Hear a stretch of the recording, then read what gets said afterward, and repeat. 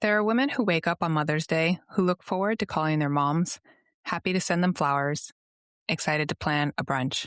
And then there are women who wake up and brace themselves. If you fall into the second category, if Mother's Day is a day you think about everything you didn't get, the day you grieve the relationship you didn't get to have, the day you find yourself bracing for a phone call or aching for one you can't make anymore, this episode is for you. I'm one of you, and today we're going to talk about it. Hey loves, welcome back to the Purfect Sunday Podcast for women who want to grow as people without pretending they don't care how they show up. I'm not an expert, I'm just a woman who's been paying attention and doing her best. Before we get into today's episode, let's go over this week's Sunday's obsession.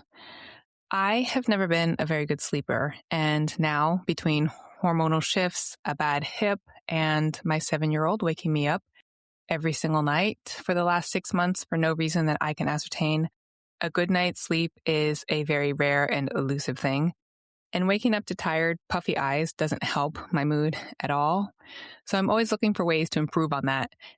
One thing that I have been doing lately and have found to be the most helpful in reducing this puffiness is this. Right before bed, I apply the caffeine solution from the brand The Ordinary underneath my eyes. The caffeine in it just really helps with depuffing. And then I follow that with my eye cream for hydration. And then I put on my reusable silicone eye patches.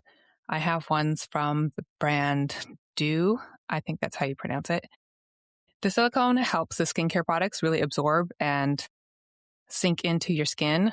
And then on top of that, I wear my silk eye mask, which just helps secure the patches to your face and ensures that nothing slips off during the night. And then I wake up to less puffy and super hydrated under eyes. It just makes it a little harder to tell that I'm operating on 3 hours of sleep. And that's a win for me. Now, moving on to our main topic. I want to tell you about the mother that I was given. She wasn't a mother in the way that a lot of you probably picture when you hear that word. I have no memories of warmth, of safety, of fun, or comfort. I don't have memories of her holding me when I cried or making me feel like I was someone she even enjoyed being around. What I do remember is being needed. There were 6 of us. My parents had 6 children, and I am the second oldest. But I'm the oldest daughter, and if you're an eldest daughter, you already know what that means. Eldest daughter syndrome. When I first heard that term, it instantly resonated and explained my experience growing up. And I've since learned that unfortunately, there are so many women that have had similar experiences because of the order of their birth. From the time I was very young, my mother needed me to help take care of the 4 kids underneath me.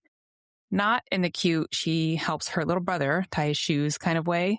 I mean that I was a co-parent before I was ever even a teen kind of way. Beginning around the time I turned 12 years old, my parents often would leave for the weekend. They were working at various craft shows around the state. And from Friday to Sunday, I was the only one responsible for my younger siblings who ranged in age from 10 to 1 years old. I was responsible, I was capable, and I was very useful. And she relied on that. In fact, I don't think that she could have managed without me. But what I never felt back then and still to this day was that she liked me. There is a big difference between a mother who needs you and a mother who likes you. A mother who needs you wants you to keep doing what they need you to do without a thought to your happiness. A mother who likes you, we're not even talking about love here, but a mother who likes you wants to know who you are and wants the very best for you. I had the first kind, but I always wanted the second. And as a little girl, I used to ask my mom why she never wanted to do anything with me.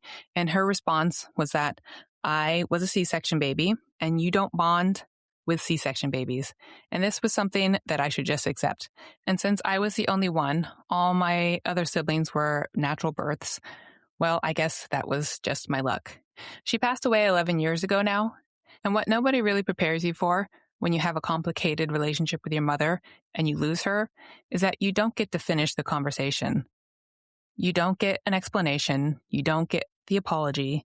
You don't get to ask her the questions you finally figured out how to ask. And you don't get the moment, real or imagined, where she sees you, who you became, and is proud. You also don't get to give up on her in any clean way because the chapter is just closed and there's no working on it anymore. There's just what was.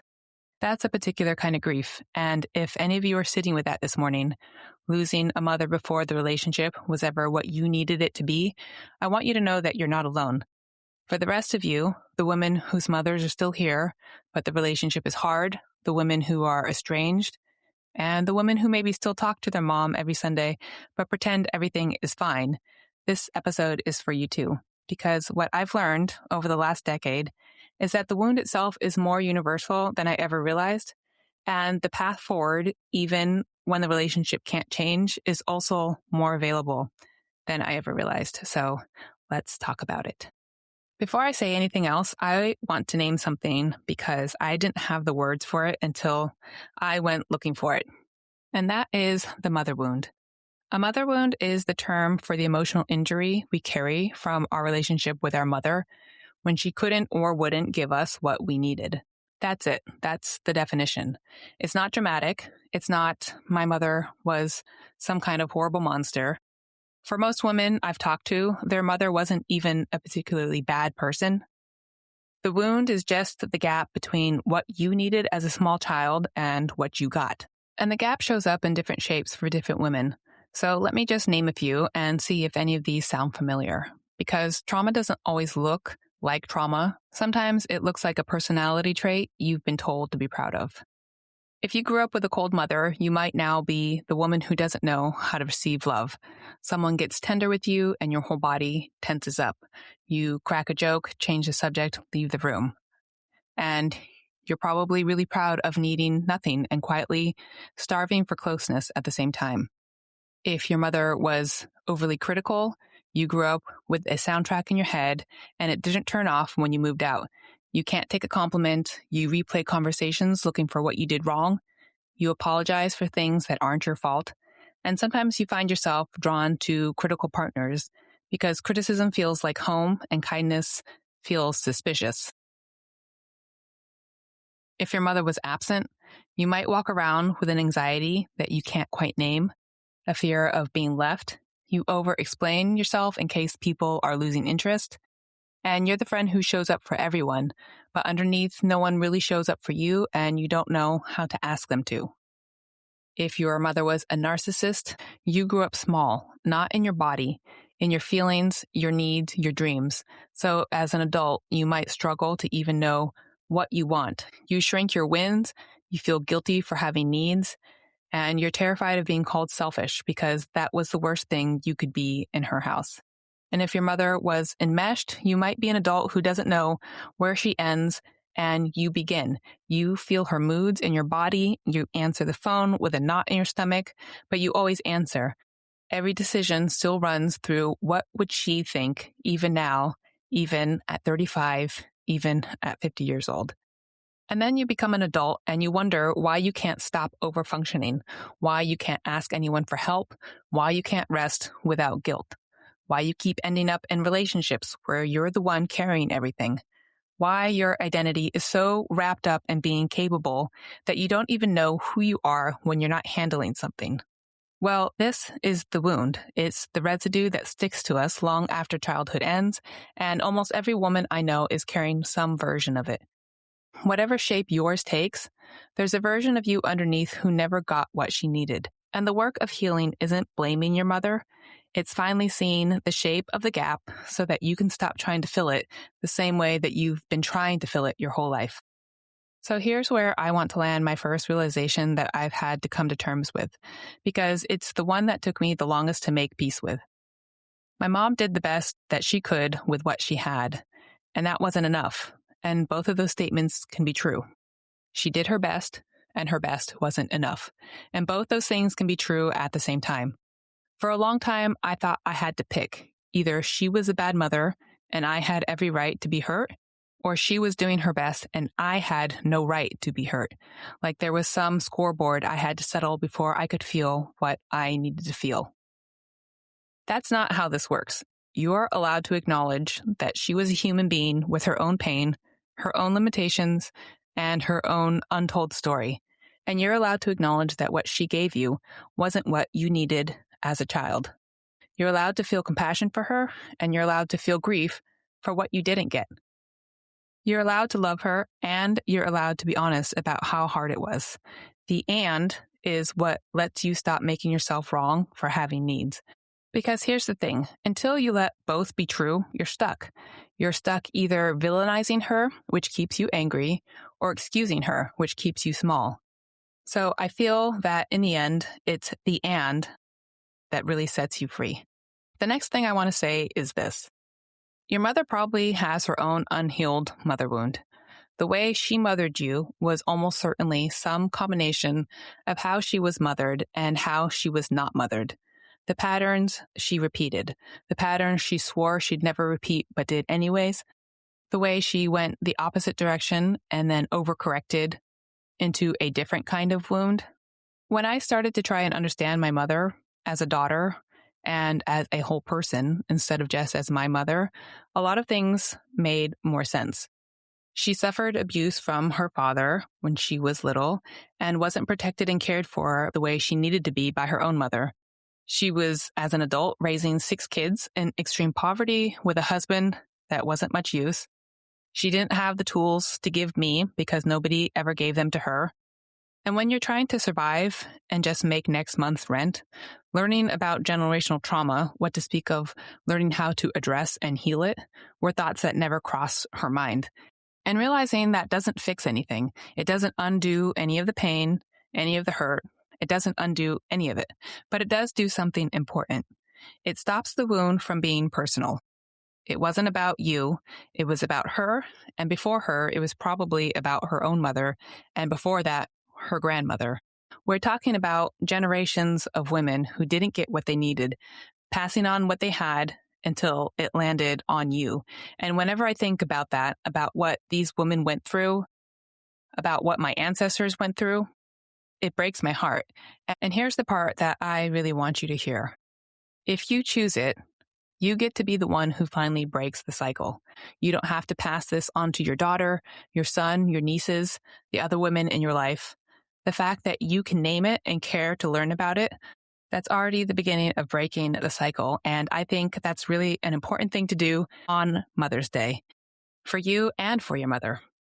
The last thing that I want to say is the one thing that I think most women have never had said to them out loud, and that is it's okay to grieve the mother you didn't get to have. You are allowed to be sad about what you didn't get, even if she is still here, even if she's been gone for years, even if she did a lot of good things, even if you have siblings who feel differently, even if other people had it worse, even if you can hear her voice in your head right now telling you to stop being so dramatic. You are allowed to grieve. There is a very real and specific kind of grief. Therapists actually have a name for it. Disenfranchised grief, for losses that the world doesn't recognize. And that includes the grief of a mother who was alive but emotionally absent, the grief of a relationship that was never what it should have been, and the grief of all the things you didn't get to ask her, didn't get to tell her, and didn't get to receive. That grief is real, and on Mother's Day, when the entire culture is screaming, celebrate, celebrate, celebrate, you don't have to pretend you're not sad, angry, or indifferent. You can love your mother and grieve her at the same time. You can miss her and also be relieved that she's gone at the same time. You can be glad you became who you became because of what was hard and still wish it hadn't been so hard. All of that is allowed, always, but especially today. So if you're sitting with all this, and a lot of women are this morning, probably more than will ever say so out loud, here's what I'd like to offer you. Mother yourself today. Whatever the little girl in you didn't get, she's still in there. She's still waiting, and you are now the only person who can give her what she needs. That might mean making yourself something yummy to eat, lighting some candles, wrapping yourself in a blanket, saying something kind out loud to yourself in the mirror, or speaking words of affirmation. Next, I would say make a list of what you wish you had gotten from your mother. Not to send, not to share, This is just for you, because that list is the map of what you can now give yourself. The qualities, the words, the kinds of presents, those are the things that you needed. So now you go and you find them in yourself, in your friendships, in the woman you choose to surround yourself with, and the wound can now become the assignment. And the third thing is to give yourself permission to do whatever it is you actually feel like doing today. If you don't want to call her, you don't have to. If you do want to call her, you can. If you want to ignore Mother's Day entirely, ignore it. And if you want to make pancakes and cry, make pancakes and cry. There is no right way to do this day. There really is only your way. So moving on to the weekly challenge. This week, I want you to try just one thing. Make the list, the one that I just talked about, the list of what you wish you had gotten from your mother. It can be 5 things, it can be 10 things, as long or as short as you want it to be. Then read it back and ask yourself, which one of these things can I give myself this week? Pick one, just one, and do your very best to do it. And that's just one way that we can really work on healing ourselves and working on healing our wounds. I want to end this episode with the 3 things I want you to walk away with today. If everything else fades, these 3 are what I want to leave you with. 1, your mom did the best she could with what she had, and that wasn't enough, and both can be true at the same time. 2, your mother probably has her own unhealed mother wound. The wound isn't personal, it's generational. And 3, it is okay to grieve the mother that you didn't get to have. If today's episode found you at a time that you really needed it, please share it with one woman in your life who you think might be sitting with the same feelings. We don't talk about this enough. And the only reason I have any of these words to offer is because someone somewhere said them to me first. And to my mother, wherever you are, I forgive you. I'm grateful for what you did give me, and see now that you are doing what you could. And to the little girl I was, I see you too. You did the best you could, and you didn't deserve to carry what you carried, but look at the woman you became. Thank you so much for spending your Sunday with me. If you have a mother in your life worth celebrating, go celebrate her. And if you don't, please take care of yourself today. Either way, I'm with you. I'm going to go find myself a tissue, and I hope you have a perfect Sunday. I'll talk to you guys next week.